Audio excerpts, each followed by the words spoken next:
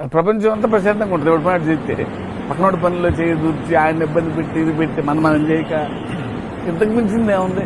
చూశారు కదా భయ్య, మన కొరటాల శివ గారు ఎలాంటి ఫ్రస్ట్రేషన్లో చెప్పారో ఈ మాటలు తెలియట్లేదు, కానీ చాలా కూల్గా అయితే అసలు చాలా కాన్ఫిడెన్స్గా చెప్పినట్లు అనిపించింది.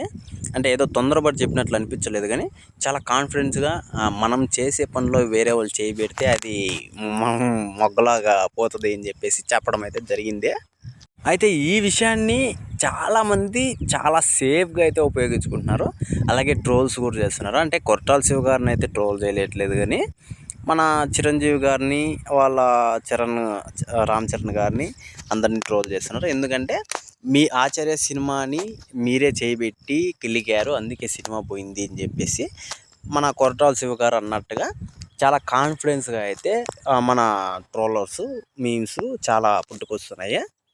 అయితే ఇందులో ఎంత మాత్రం నిజం ఉంది అనేది నాకు తెలియట్లేదు, కానీ కాకపోతే మన కొరటాల శివ గారు మాత్రం చాలా ఫ్రస్ట్రేటెడ్గా చాలా కూల్గా చెప్పినట్లు అంటే లోపల ఫ్రస్ట్రేటెడ్గా, పైకి మాత్రం చాలా కూల్గా ఎవడైనా చేయబెడితే మొత్తం నాశనం అయిపోతుంది మనం చేసే పని అని చెప్పినట్లు స్పష్టంగా అనిపించింది. నిజంగా వీళ్ళు ట్రోలర్స్ చూస్తుంటే అయ్యో నిజమేనేమో, ఇదే జరిగిందేమో ఆచార్య సినిమాకి అనేది కూడా మనకైతే అర్థమైపోతుంది భయ్య. అయితే నాకు నిజంగా అలానే అనిపించింది. మీకు ఏదైనా తేడాగా అనిపించింటే మాత్రం కింద కామెంట్లో తెలియజేసేయండి భయ్య. అలాగే ఈ విషయం మీద మీరేమనుకుంటున్నారో కూడా కింద కామెంట్లో తెలియజేసేయండి భయ్య. మర్చిపోకుండా తప్పకుండా దయచేసి